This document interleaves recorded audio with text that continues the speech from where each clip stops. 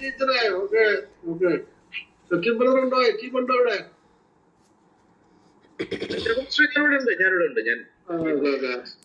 ഞാനേ കഴിഞ്ഞ ദിവസം എനിക്കതിപ്പോ ഇവിടെ ഇതിനകത്ത് പറയാനായിട്ട് ഇച്ചിരി ബുദ്ധിമുട്ടാണ്. തിരൂരിൽ ഒരു വാർത്ത വന്നിട്ട് ടീച്ചറാണെങ്കിൽ ഇപ്പൊ അത് വാർത്ത പുറത്തു വന്നിട്ട് ഞാൻ ഇന്നലെയാണ് അത് ഫേസ്ബുക്കിൽ കണ്ടത്. 2 മാസത്തിന് മുമ്പ് വന്നതായ ഒരു വാർത്തയായിട്ടാണ് ഇപ്പൊ ഞാൻ അന്വേഷിച്ചത്. തിരൂരാണ് എന്റെ ഒരു സുഹൃത്തിനെ ഞാനിന്ന് വിളിച്ചു.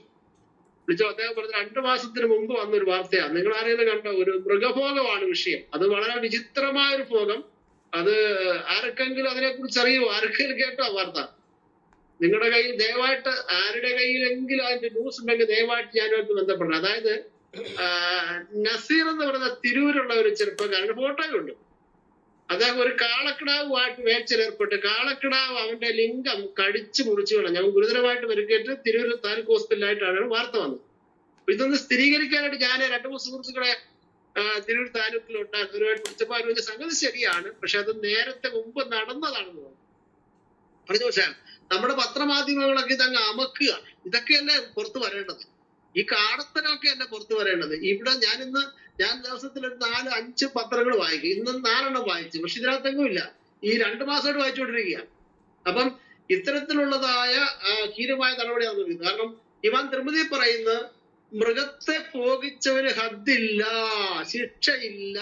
മൃഗത്തെ ഭോഗിച്ചവന്. അപ്പൊ മൃഗഭോഗം ഇവരുടെ മതത്തിനകത്ത് അത് നിയമം മൂലം അനുവദിക്കപ്പെട്ട ഒരു കാര്യമാണ്. പക്ഷെ അത് ഇങ്ങനെ കാളം കടിച്ചെടുത്തോണ്ട് പോയി കഴിഞ്ഞാൽ നാട്ടുകാർ അറിയത്തില്ലേ? അങ്ങനെ അറിഞ്ഞത് കൊണ്ട് പകുതിയും കൊണ്ട് പോയപ്പോഴത്തേന് ഹോസ്പിറ്റലിൽ ചെന്നതിന്റെ ഫലമായിട്ട് നാട്ടുകാർ അറിഞ്ഞത്. ഇല്ലെങ്കിൽ ഇതൊക്കെ അറിയാതെ കൂടി പോയാൽ. അപ്പൊ ഇത്തരത്തിലുള്ളതായ വാർത്തകളൊക്കെ ഈ പറയപ്പെട്ടതായ കേന്ദ്രത്തിൽ നിന്ന് പുറത്തു വരുന്നുണ്ട് എന്നുള്ള വസ്തുത കൂടി ഞാൻ നിങ്ങളെ അറിയിക്കുകയാണ്. നിങ്ങൾക്ക് ആർക്കെങ്കിലും അതിൻ്റെതായ പത്രഘട്ടം ഉണ്ടെങ്കിൽ ദയവായിട്ട് ഞാനായിട്ടൊന്ന് ബന്ധപ്പെടണേ. Okay, thank U.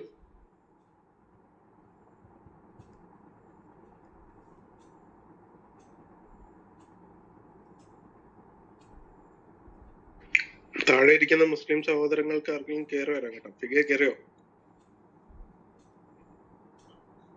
ഉണ്ട്, മുഹമ്മദ് താഹിർ ഉണ്ട്, കയറി വരൂ. ടീച്ചറിനെ യൂട്യൂബ് കൂട്ടിക്കൊന്നും വെല്ലുവിളിയൊക്കെ നടത്തുക ഈ ബാച്ചാർക്ക്. എന്തിനാണ് സുഹൃത്തുക്കൾ നിങ്ങൾ മുകളിലേക്ക് ഇപ്പത്തെ വിളിച്ചില്ലേ? നിങ്ങൾ മുകളിലേക്ക് നിങ്ങൾക്ക് ധാരാളം സമയം തരാം. നിങ്ങൾ സംസാരിച്ച് തീരുന്നവരെ ഞങ്ങൾ മൗനമായിട്ട് കൂടിയിരിക്കും. എന്നിട്ട് അവരോട് പറയത്തുള്ളൂ നിങ്ങൾക്ക് ഏത് വിഷയം ഇവിടെ വന്നിട്ട് വെറുതെ എഴുതിയിട്ട് എന്തിനാണ് ഇവിടെ നാറ്റിക്കുന്നത്? നിങ്ങൾ മുകളിലേക്ക് വരും. ഇസ്ലാമിനെ കുറിച്ച് നിങ്ങൾക്ക് സംസാരിക്കാനുള്ളതായ സുവർണാവസരമാണ്. ടീച്ചർ സംസാരിച്ചു, ഞാൻ സംസാരിച്ചു. മാനവികതയ്ക്ക് ഗുണപ്രദമായത് ഇന്ന് ഈ ആധുനിക സമൂഹത്തിന് കൊള്ളാവുന്നതായ എന്തെങ്കിലും കാര്യങ്ങളുണ്ടെങ്കിൽ ഞങ്ങളുടെ പഞ്ചപുച്ഛം അടക്കിയിരുന്നുകൊണ്ട് കേൾക്കാം. നിങ്ങളൊക്കെ പറഞ്ഞു ആധുനിക സമൂഹത്തിന് കൊള്ളാവുന്നതായ 4 കാര്യങ്ങൾ, ഗുണപ്രദമായത്, ഇന്നും ഫോളോ ചെയ്യാൻ പറ്റിയതായ എന്തെങ്കിലും 2 കാര്യങ്ങളുണ്ടെങ്കിൽ അത് അന്തസ്സായിട്ട് പറയൂ. ഇസ്ലാമിലുണ്ടെങ്കിൽ ഞങ്ങളത് കേൾക്കാം, അത് സ്വീകരിക്കാം. എന്നെ സംബന്ധിച്ച് അങ്ങനെ പിടിവാശിയൊന്നുമില്ല. നല്ലത് കേട്ടാൽ നല്ല സ്വീകരിക്കും. അത് ആരുടെ ആയാലും ശരി. അപ്പൊ അതുകൊണ്ട് ഇവിടെ ബാച്ചാലിൽ കിടന്ന് വെറുതെ കച്ചറ ഉണ്ടാക്കേണ്ട. ഉള്ളിലേക്ക് വന്നിട്ട് നിങ്ങൾ പറയുന്ന നിനക്കല്ല, ജാമിത പറയുന്ന നിനക്കല്ല, ജാക്കോബാസ് പറയുന്ന നിനക്കല്ല, എക്കിബ് പറയുന്ന നിനക്കല്ല, ഇതാണ് യഥാർത്ഥ ഇസ്ലാം, നിങ്ങളത് നോക്കൂ എന്ന് പറഞ്ഞുകൊണ്ട് അന്തസ്സായിട്ട് വരൂ. വന്ന് ചർച്ച ചെയ്യാനായിട്ട് നിങ്ങൾ തയ്യാറാവും. ഉള്ളിലേക്ക് വരും. ആർക്കും വരാം. അവർ വരില്ല. ഈ ശവഭോഗവും മൃഗഭോഗവും ഒക്കെ പാസ്റ്റർ പറഞ്ഞപ്പോഴാണ് എനിക്ക് ഓർമ്മയായത്. പാകിസ്ഥാനിൽ ഒരു പ്രത്യേക പ്രവിശ്യയിൽ ഈ പെൺകുട്ടികളൊക്കെ മരിച്ചു കഴിഞ്ഞാൽ ഉടനെ തന്നെ ആ മക്കബറ എന്നതിന് പറയുക, അതിൻ്റെ മുകളിൽ ഇരുമ്പ് ഇട്ടിട്ട് ലോക്ക് ചെയ്യുന്ന ഒരു രീതികൾ ഉണ്ടായിരുന്നു. കാരണം ഒരിടയ്ക്ക് അടക്കപ്പെടുന്ന പെൺകുട്ടികളുടെയൊക്കെ ശവങ്ങൾ കാണാനില്ലാത്ത ഒരു സാഹചര്യം വരുന്നു. ഞാനത് ഒരുപാട് ലിങ്കുകളുമൊക്കെ ആയിട്ട് വലിയ സുദീർഘമായിട്ടൊരു പോസ്റ്റ് എഴുതി മുമ്പ് സോഷ്യൽ മീഡിയയിൽ ഇട്ടിട്ടുണ്ട്. അപ്പോൾ എന്തുകൊണ്ടാണ് ഇതൊന്നും ശരിയായി ഇവർക്ക് തോന്നുന്നത്? അതായത് 1000 പുരുഷന്റെ അതല്ലെങ്കിൽ 1000 ആളുകളുടെ തലയരിഞ്ഞ പ്രവാചകൻ ചെയ്തത് കാരുണ്യമായിട്ടും, കള്ളുകുടിച്ച പ്രവാചകൻ ചെയ്തത് കാരുണ്യമായിട്ടും, അതുപോലെ മുഹമ്മദ് തൻ്റെ മകൾക്ക് ഭർത്താവിനെ തെരഞ്ഞെടുക്കുന്നത് ഏറ്റവും നന്നായി ഒരു പെൺകുട്ടിയെ ക്രൂരമായി പീഡിപ്പിച്ച അവസ്ഥയിലാണ്. അലിയെ കണ്ടപ്പോൾ അലിയുടെ തോളിൽ തട്ടി മോനെ സൂപ്പർ എൻ്റെ മകളെ ഞാൻ നിനക്ക് കെട്ടിച്ചു തരാമെന്ന് പറയുന്നത്. അപ്പോൾ ആ പിതാവിൻ്റെ ഉള്ളിലുള്ള ആ പ്രവാചകന്റെ മാനവരിൽ മനോഹരനായിട്ടുള്ള ആ മ്ലേച്ഛന്റെ ഉള്ളിലുള്ള സ്ത്രീയെ ഏത് രൂപത്തിലാണ് ഭോഗം നടത്തേണ്ടത് എന്നുള്ള കോൺസെപ്റ്റിന് അന്വർത്ഥമായ ഒരാളാണ് ചെയ്ത് കാണിച്ചു മുന്നിൽ വന്ന് നിൽക്കുന്നത്. അതുകൊണ്ടാണ് തൻ്റെ മകൾക്ക് അലിയെ ഭാര്യയായിട്ട് കൊടുക്കാൻ മുഹമ്മദ് തീരുമാനിക്കുന്നത്. അതിൽ നിന്ന് തന്നെ ഒരു പിതാവ് എന്ന നിലയിലുള്ള ലൈംഗിക വൈകൃതം എത്രമാത്രമുണ്ട് എന്ന് നമുക്ക് മനസ്സിലാക്കാം. നമുക്കിതിനെ തെറ്റു പറയാൻ പറ്റില്ല. അതുകൊണ്ട് തന്നെയാണ് പ്രവാചകൻ ചെയ്തതൊന്നും തെറ്റു പറയാൻ സാധിക്കാത്ത ഒരു മുസ്ലിം സമുദായം ഇളിഭ്യരായി പരിഹാസ്യരായി നമുക്ക് മുന്നിൽ വന്ന് ചോദ്യചിഹ്നമായി നിൽക്കുന്നത്. 6-ാം നൂറ്റാണ്ടില് അറേബ്യൻ മരുഭൂമിയിൽ പ്രാകൃതമായിട്ടുള്ള ഗോത്രവർഗക്കാർക്കിടയിൽ വാപ്പയാര് എന്നറിയാത്ത ഉമ്മയുമില്ലാത്ത ഒരു അനാഥ ബാലൻ. നമുക്കറിയാം, ഈ കാലഘട്ടത്തിൽ തന്തയും തള്ളയും ഇല്ലാതെ ഒരു കുഞ്ഞു വളർന്നാൽ ആ കുഞ്ഞ് അനുഭവിക്കേണ്ടി വരുന്ന സാമൂഹ്യ പശ്ചാത്തലങ്ങളും കളിയാക്കലുകളും പരിഹാസങ്ങളും ഒക്കെ നമുക്കറിയാം. അതുകൊണ്ടാണ് ഇതിനോട് നമുക്ക് തീർത്തും ഒരു സഹതാപം മാത്രം തോന്നുന്നത്. ഒരു KGF ലൈനായിരുന്നു പ്രവാചകൻ സ്വീകരിച്ചത്. അപ്പോ അനാഥൻ എന്ന് പറയാൻ കാരണം വാപ്പയില്ല, വാപ്പ ആരെന്ന് പോലും അറിയില്ല. വാപ്പ മരിച്ച് 3-4 വർഷം കഴിഞ്ഞിട്ടാണ് ഈ വാപ്പയുടെ പേരിൽ ഈ കുഞ്ഞു ജനിക്കുന്നത്. ആവട്ടെ, 4 വർഷം കഴിഞ്ഞു എന്നാണ് സീറത്ത് ബിൻ ഹിഷാം ഒക്കെ പറയുന്നത്. അപ്പോൾ ഈ കാലഘട്ടത്തില് ഒരു വാപ്പയില്ലാതെ ഉമ്മയില്ലാതെ സംരക്ഷിക്കാൻ ആരുമില്ലാതെ പേരെടുത്ത് പറയാൻ ഒരു തറവാടിത്വം പോലും ഇല്ലാതെ അനുഭവിക്കേണ്ടി വന്ന പ്രയാസങ്ങള് കുന്നിൻ ചെരുവിലെ ഈത്തപ്പനെ എന്ന് വിളിച്ചിട്ട് കൂടെ ഉണ്ടായിരുന്ന കുട്ടികൾ കളിയാക്കുകയും അതുപോലെ പ്രമാണിമാരി വന്നിട്ട് തലയിലൊന്ന് തട്ടി അതെടുക്കടാ ഇതെടുക്കടാ ചുമടെടുക്കടാ എന്നൊക്കെ പറഞ്ഞിട്ട് ഒരുപാട് അപമാനങ്ങളും പരിഹാസങ്ങള് മാനസികമായിട്ടുള്ള പീഡനങ്ങളും ഒക്കെ അനുഭവിച്ച് വന്നപ്പോൾ അദ്ദേഹത്തിന് അലക്സാണ്ടർ ചക്രവർത്തി ചിന്തിച്ചതുപോലെ ഞാൻ ഈ ചവിട്ടി നടന്ന മണ്ണൊക്കെ നാളെ എന്റേതാകുന്ന ഒരു ദിവസം വരണം എന്ന് ആഗ്രഹിച്ചു. നമ്മളെപ്പോലെ വെറും ആഗ്രഹം മാത്രമായിരുന്നില്ല. ചില ആളുകൾക്ക് പഠിക്കാൻ കഴിവുണ്ടെങ്കിൽ ബൗദ്ധിക നിലവാരം വേറെ ഒന്നും ഉണ്ടാകത്തില്ല, ഒരു ടെക്നോളജി പരമായിട്ട് ഒരു കഴിവും ഉണ്ടാകത്തില്ല. ചില ആളുകൾക്ക് ടെക്നിക്കൽ കഴിവുകൾ ഉണ്ടാകും, പഠിക്കാൻ കഴിവുണ്ടാകത്തില്ല. അങ്ങനെ ഉണ്ടാകുമല്ലോ ചില സ്കില്ല്. അപ്പൊ അങ്ങനെ ഇദ്ദേഹത്തിന് ഈ രൂപത്തിലായിരുന്നു സ്കിൽ ഉണ്ടായിരുന്നത്. അപ്പൊ തന്റെ സ്വപ്നങ്ങൾക്ക് അനുകൂലമായിട്ട് എന്തൊക്കെ ചെയ്യാൻ കഴിയാമോ അതൊക്കെ ചെയ്തു.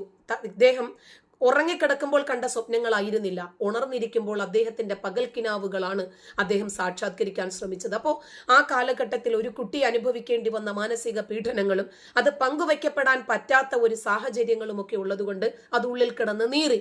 അങ്ങനെ ഒരു സാമൂഹ്യ വിരുദ്ധനായിട്ടും ഒരു മാനുഷിക കാഴ്ചപ്പാടുകളില്ലാതെ മാനവ വിരുദ്ധനായിട്ടുമാണ് കക്ഷി വളർന്നു വന്നത്. ഏതൊരു മനുഷ്യന്റെയും ബാല്യം, ശൈശവം, കൗമാരം, യൗവനം ഇതിലൊക്കെ ചില പങ്ക് വെക്കലുകൾ ആഗ്രഹിക്കും. ചില കൂട്ടുകാരികൾ ഉണ്ടാകും, അതല്ലെങ്കിൽ കുടുംബക്കാരുണ്ടാകും, വീട്ടുകാരുണ്ടാകും. അങ്ങനെയൊക്കെ ഇത് എല്ലാം നഷ്ടപ്പെട്ട അതോ ദാരിദ്ര്യത്തിന്റെ അവലും കഞ്ഞിയുമായിരുന്ന നബിക്ക് സ്ത്രീകൾ എന്ന് പറഞ്ഞാൽ അന്നത്തെ കാലഘട്ടത്തിൽ ചിന്തിക്കാൻ പോലും സാധിക്കുമായിരുന്നില്ല. സമ്പത്ത് വേണം, അതില്ല. സൗന്ദര്യം വേണം, അതുമില്ല. തറവാടിത്തം വേണം, അതുമില്ല. എടുത്തു പറയാൻ ഒരു പേരില്ല, ഒരു തൊഴിലില്ല. പക്ഷേ അനിയന്ത്രിതമായിട്ടുള്ള ലൈംഗിക തൃഷ്ണ മുഹമ്മദിന് ഉണ്ടായിരുന്നു എന്നാണ് മുഹമ്മദ് നബിയുടെ ചരിത്ര ഗ്രന്ഥങ്ങളിൽ നിന്ന് നമുക്ക് മനസ്സിലാകുന്നത്. അതുകൊണ്ടാണ് തന്നേക്കാൾ പ്രായം കൂടിയ ഒരു പെണ്ണിനെ, 28 വയസ്സ് എന്നാണ് ഖദീജയുടെ ചരിത്ര ഗ്രന്ഥങ്ങളിൽ കാണുന്നത്. മുഹമ്മദിന് ഖദീജയ്ക്ക് 40 മുഹമ്മദിന് 25 ഇവർ പറയുന്നുണ്ടെങ്കിലും മുഹമ്മദിന് 25 ഖദീജയ്ക്ക് 28 ചരിത്ര രേഖകളിലുള്ളത്. ഇരിക്കട്ടെ, ഇവർ പറയുന്ന 40 തന്നെ എടുക്കാം. അപ്പൊ തന്നേക്കാൾ പ്രായം കൂടിയ ഒരു സ്ത്രീ വിവാഹം കഴിച്ച ആളാണ്, മക്കളുണ്ട്, ഭർത്താവുണ്ട്. അപ്പോ താൽക്കാലികമായി തന്റെ ലൈംഗിക ത്വരയെ ഒന്ന് തൃപ്തിപ്പെടുത്തുക എന്ന രൂപത്തില് ഈ സ്ത്രീയെ വിവാഹം കഴിക്കാൻ ആ കക്ഷി തയ്യാറാകുന്നു. നോക്കുമ്പോൾ തറവാടിത്തം കിട്ടും, പേര് കിട്ടും, പ്രൗഢി കിട്ടും, അധികാരം കിട്ടും, പണം കിട്ടും, കച്ചവടം കിട്ടും, പിന്നെ ഒരു ഷെൽറ്ററുമായി നമ്മുടെ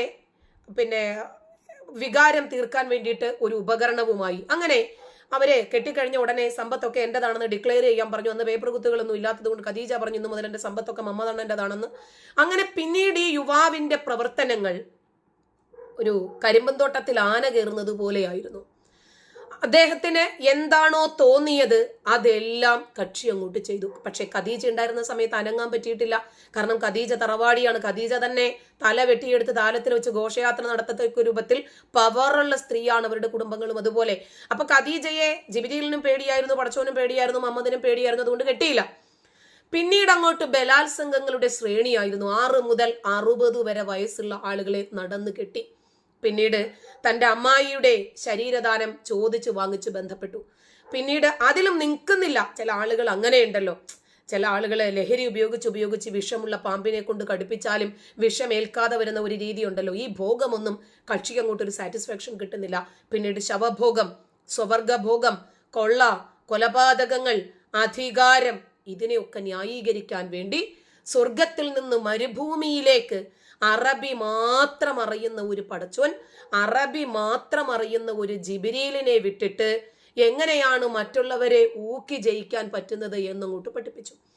അങ്ങനെ മരുഭൂമിയിലെ ദൈവത്തിനെ സംബന്ധിച്ചിടത്തോളം ആരും കണ്ടിട്ടില്ല, വേറെ ആരുടെയും ഭാഷ അറിയില്ല.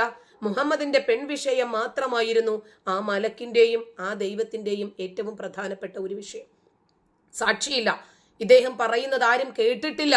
വിശ്വസിക്കാത്ത ആളുകളെയൊക്കെ തന്റെ ആയുധ ബലവും സൈനിക ബലവും അധികാരവും ഉപയോഗിച്ച് കൊലപ്പെടുത്തുകയും നാടുകടത്തുകയും ചെയ്യാത്ത തെറ്റിന്റെ പേരിൽ ഇല്ലാത്ത കുറ്റങ്ങൾ ആരോപിച്ച് കൊന്നൊടുക്കുകയും ചെയ്തു. അങ്ങനെ സംഘത്തിലേക്ക് ആളെ കൂട്ടാൻ വേണ്ടിയിട്ട് തന്നെ പോലെ തന്നെ തന്റെ അനുയായികളുമായി തീരാൻ പെണ്ണ് തരാം, ഇളകുന്ന സമ്പത്തൊക്കെ തരാം, ഇളകാത്തതെന്ന് പറഞ്ഞാൽ ഭൂമി മാത്രമേ ഉള്ളൂ, കന്നുകാലികളും സ്വർണവും വെള്ളിയും ഒക്കെ തരാം, അധികാരവും തരാം. അതിനെ നിങ്ങൾ കൊല്ലണം, ചാവണം, കൊല്ലണം, കൊല്ലപ്പെടണം, ഇത് നിങ്ങൾക്ക് റെഡിയാണെങ്കിൽ നിങ്ങൾ എൻ്റെ സൈന്യത്തിലേക്ക് വന്നോ, പിന്നീട് നിങ്ങൾക്ക് എല്ലാം കിട്ടുമെന്നായി. അന്ന് പട്ടിണിയും പരിവട്ടവുമായിട്ട് കിടന്ന ഒരു ജനത പോകാതെ പിന്നെ എന്തോ ചെയ്യാനാ? പിന്നെ അവർക്ക് നല്ല പ്യൂരിറ്റി ഉള്ള 72 ഹൂറികളും 300 ബാലന്മാരെ മതിയെങ്കിൽ അങ്ങനെ, ഇനി കൂട്ടി വേണമെങ്കിൽ കൂട്ടിയും തരാം, ഇനി 301 വേണമെങ്കിൽ 4 അമർത്തുക, 400 വേണമെങ്കിൽ 5 അമർത്തുക, 500 വേണമെങ്കിൽ 0 അമർത്തുക, അതിനപ്പുറം വേണമെങ്കിൽ മിണ്ടാതെ നിന്നാ മതി എന്നൊക്കെയുള്ള ചില ഊക്കുകൾ നബി തന്നെ ഇറക്കി വിട്ടു. നമുക്ക് ഊഹിക്കാമല്ലോ, ആഡംബരങ്ങളും പഞ്ചനക്ഷത്ര വേശ്യാലയവും ഒക്കെ ഓഫർ ചെയ്ത് കഴിഞ്ഞാൽ ആരും ചോദിക്കത്തുമില്ലാത്ത ഒരവസ്ഥ കൂടി വന്നു കഴിഞ്ഞാൽ ആ കാലഘട്ടത്തിലെ ആളുകൾ എങ്ങനെ ചിന്തിക്കും, ഈ കാലഘട്ടത്തിലെ ആളുകൾ എങ്ങനെ ചിന്തിക്കും നമുക്ക് മനസ്സിലാക്കും. അപ്പോൾ അനുസരിക്കാത്ത ആളുകളെയൊക്കെ നരകത്തിന്റെ വിറകുകൊള്ളിയാക്കുമെന്ന് ഭീഷണിപ്പെടുത്തി നിങ്ങളെയൊക്കെ അള്ളാഹു ആകാശത്ത് നിന്ന് എന്തൊക്കെയോ ശിക്ഷ ഇറക്കും, അങ്ങനെ ചെയ്യും ഇങ്ങനെ ചെയ്യുമെന്നൊക്കെ പറഞ്ഞ് ആ പാവങ്ങളെ പേടിപ്പിച്ച് അവരൊക്കെ ഇരകളാക്കപ്പെട്ടതാ. ഭയപ്പെടുത്തി തൻ്റെ ആയുധത്തിന്റെ നിഴലിൽ ഒളിപ്പിച്ചു നിർത്തി. ഏതെങ്കിലും സ്ത്രീയുടെ ശരീരഭാഗങ്ങൾ നഗ്നമായി കണ്ടാൽ ഉടനെ തന്നെ അദ്ദേഹത്തിൽ കാമവികാരം ഉണരുമായിരുന്നു എന്ന് പറഞ്ഞത് നബി തന്നെയാ, നമ്മൾ ആരുമല്ല. 11 ഭാര്യമാരെ മത്തി അടുക്കിയതുപോലെ അടുക്കിക്കിടത്തി കളിച്ചിട്ടും ഇദ്ദേഹത്തിന് മതിയും കൊതിയും തീരാതെ ഒരു കുളി കുളിച്ച് പുറത്തിറങ്ങിയപ്പോൾ ഒരു ചാക്കുകെട്ട് നടന്നു പോകുന്നത് കണ്ടപ്പോൾ അദ്ദേഹത്തിന് വീണ്ടും വികാരം ഉണർന്ന് തിരിച്ചു വന്ന് വീണ്ടും മറ്റൊരു ഭാര്യയെ കളിച്ച് തിരിച്ചു പോകുന്ന പ്രവാചകനെ സംബന്ധിച്ച് നമ്മൾ ആരുമല്ല പറയുന്നത്, പ്രവാചകന്റെ ചരിത്ര ഗ്രന്ഥങ്ങൾ തന്നെയാണ് പറയുന്നത്. അങ്ങനെ പ്രവാചകന് അങ്ങനെ ചെയ്തിട്ട് അനുയായികൾക്ക് വിശദീകരിച്ചു കൊടുക്കുകയും ചെയ്യുവാണ്. അങ്ങനെ സ്ത്രീകള് പുരുഷന്മാരെ ശരീരം കാണിക്കാതെ കറുത്ത ചാക്കുകെട്ട് പോലെയുള്ള വസ്ത്രം ധരിക്കണം എന്ന നിയമം ഉണ്ടാക്കി. എന്തിന്? തന്റെ കാമവികാരം ശമിപ്പിക്കുന്നതിന് വേണ്ടി. അങ്ങനെയാണ് ഈ അപ്പിക്കുപ്പായമൊക്കെ വരുന്നത് തന്നെ. അത് ഇപ്പോഴും തുടർന്നു പോകുന്നു. ഇന്ന് ഒരു വീട്ടിനകത്തൊരു 4 കക്കൂസുള്ള കാലഘട്ടത്തിൽ പോലും ഇന്നും ഈ തൂറാൻ പോകുന്ന കുപ്പായവും ഇട്ടിട്ടാണ് ഇവർ ഒരു കയ്യിൽ തൂറാനും കയ്യെ പിടിച്ചിട്ട് കക്കൂസിൽ പോയിരുന്ന് ഇത് ചെയ്യുന്നത്. അപ്പൊ ഇദ്ദേഹത്തിന്റെ മരണശേഷം പിൻഗാമികളാക്കപ്പെട്ട ആളുകളും ഇതേ രൂപത്തിൽ തന്നെ ഈച്ചക്കോപ്പി പോലെ ഇതങ്ങോട്ട് ഏറ്റെടുത്തു. നേതാക്കന്മാര് ഇതൊരു തട്ടിക്കൂട്ടൽ പ്രസ്ഥാനമാണ് എന്നറിയാമെങ്കിലും തങ്ങളുടെ അധികാരം ചോദ്യം ചെയ്യപ്പെടാതിരിക്കാൻ നിരക്ഷരരായിട്ടുള്ള വിശ്വാസികളെ ഇന്നും വഞ്ചിച്ച് ജീവിച്ചു പോകുന്നു. ഇത് ലോക സമാധാനത്തിന്റെ ഏറ്റവും വലിയ വിഘാതം സൃഷ്ടിക്കുന്ന ഒന്നാണ് എന്ന് നമുക്ക് യൂറോപ്യൻ രാജ്യങ്ങൾ മനസ്സിലാക്കി തരുവാണ്. ഇന്ന് ഓസ്ട്രേലിയ, ഇറാൻ, ഓസ്ട്രേലിയയില് ഇവരങ്ങോട്ട് ചെന്ന് കയറി പ്രശ്നങ്ങൾ ഉണ്ടാക്കുന്നു. ഇറാനിലെ ജനിച്ചു വളർന്ന മണ്ണിൽ ജീവിക്കാൻ സാധിക്കാത്ത സാഹചര്യം ഉണ്ടായതുകൊണ്ട് ഞങ്ങൾക്ക് ജീവിക്കണമെന്ന് പറഞ്ഞൊരു ജനത സ്വേച്ഛാധിപതിയായിട്ടുള്ള കൊമേനിക്കെതിരെ യുദ്ധം ചെയ്യുന്നു. ഒരു വിഭാഗം ഇസ്രായേലിലെ ജൂതപ്പട അവർക്ക് പിടിച്ചു നിൽക്കാൻ വേണ്ടിയിട്ടുള്ള സമരം ചെയ്യുന്നു. ഹമാസുകാരാണെങ്കിലോ ഞങ്ങൾക്ക് ഇഷ്ടപ്പെടാത്തത് അവർ ചെയ്യുന്നു, 6-ാം നൂറ്റാണ്ടിന്റെ ഗോത്രപുസ്തക പ്രകാരം അവരൊക്കെ ഞങ്ങളുടെ ശത്രുക്കളാണ് എന്ന് പറഞ്ഞ് അവരുടെ തലയെടുക്കാൻ പോകുന്നു. എവിടെ നോക്കിയിരുന്നാലും ശരി 6-ാം നൂറ്റാണ്ടിന്റെ പുസ്തകവും ഈ പുസ്തകത്തിന്റെ അനുയായികളും ഉണ്ടാക്കുന്ന കലാപങ്ങളും കൊള്ളയും കൊലയും പിടിച്ചുപറിയും ബലാത്സംഗങ്ങളും കാരണം ലോകത്തിന് മുഴുവനും ഇതൊരു വൈറസ് ആണ്, യാതൊരു സംശയവുമില്ല. ഓക്കെ.